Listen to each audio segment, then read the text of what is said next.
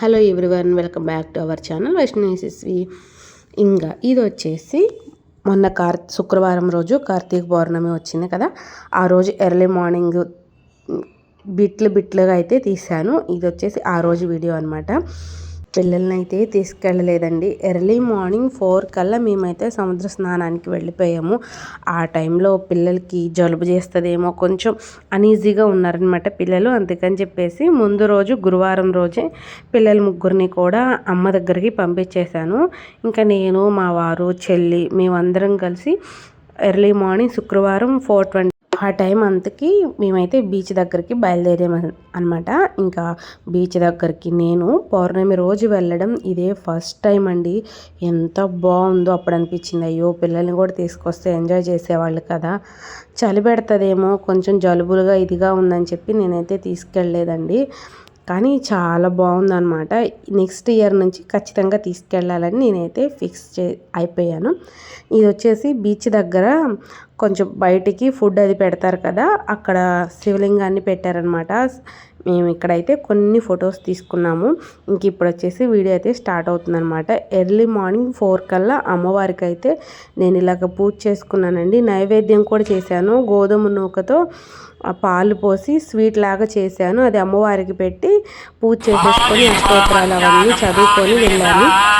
సకల దేవతా స్వరూప సాగర దేవతాభ్యో నమః, సాగర దేవతాభ్యో నమః. నందిహారతి దర్శయామి.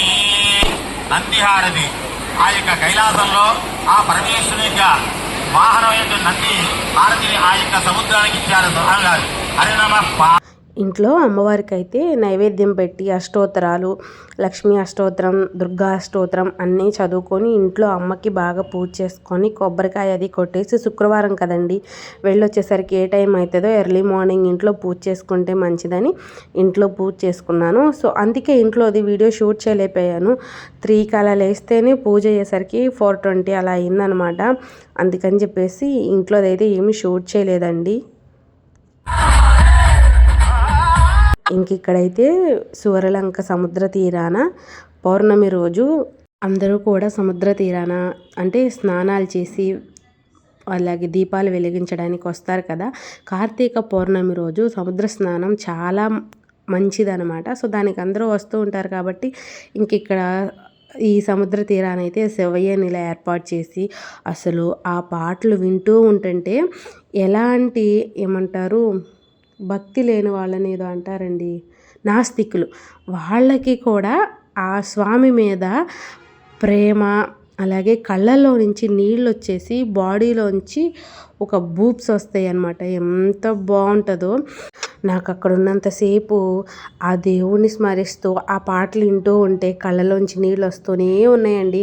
ఎంత బాగుంటుందా కార్తీక పౌర్ణమి రోజు సముద్ర తీరాన అనిపించింది. నేను రావడం అయితే ఇదే ఫస్ట్ టైం అనమాట. ఇంకా నెక్స్ట్ ఇయర్ నుంచి ఖచ్చితంగా ఆ రోజు రావాలి. ఆ దేవుని అనుగ్రహం మన మీద ఉండి మనం స్నానం చేసి దీపాలు వెలిగించి అదృష్టాన్ని ప్రసాదించును ఆయన అని నేనైతే దండం పెట్టుకొని చాలా సంతోషపడ్డానండి. మనలో ఉన్న భక్తి భావాన్ని ఇంకా పెంచుతాయి అన్నమాట ఇలాంటివి. పక్కన అందరూ కూడా భక్తిగా పూజ చేసుకోవడము ఇలాంటివంటే మనకి ఉన్నదానికి ఇంకా ఇలాంటివి చూస్తే ఇంకా ఎక్కువగా చేయాలి అనేటువంటిది అయితే వస్తూ ఉంటుంది అనమాట. అయ్యప్పలు వచ్చారండి, పెద్ద శివలింగం చేసి స్వామి శరణాలు పాడుతూ ఉంటే ఇంకా ఈ పక్కన ఈ యొక్క సాంగ్స్, స్వామి శరణాలు ఇంకా చెప్పనవసరం లేదనమాట. భక్తి తన్మయత్వంలో బాడీ అంతా పరవశించిపోతూ ఉంటుంది. అంత బాగుందండి. ఇలాంటి టైంలో నేను రావడం అయితే మొదటిసారండి.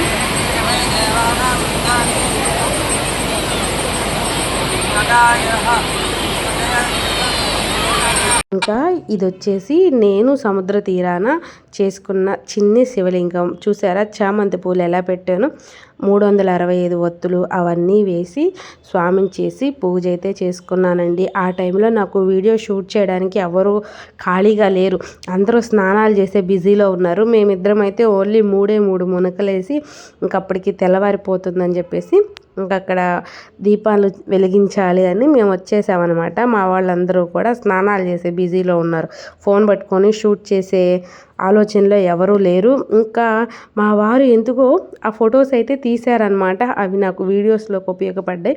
ఇంకా అక్కడి నుంచి కొంచెం దూరంలోనే ఇది సూర్యలంక బీచ్కి పక్కనేనమాట. బీచ్లోనే ఉంటుంది ఈ శివాలయం. ఇక్కడ వచ్చేసి శివాలయంలో 365 ఒత్తులు అవన్నీ వెలిగించేసి, పిల్లలు లేరు కదా, పిల్లల పేర్లు కూడా చెప్పుకుంటూ మా వారి పేరు, నా పేరు, పిల్లల పేర్లు, అందరి పేర్లు చెప్పి ఇక్కడైతే పూజ చేసుకున్నాను.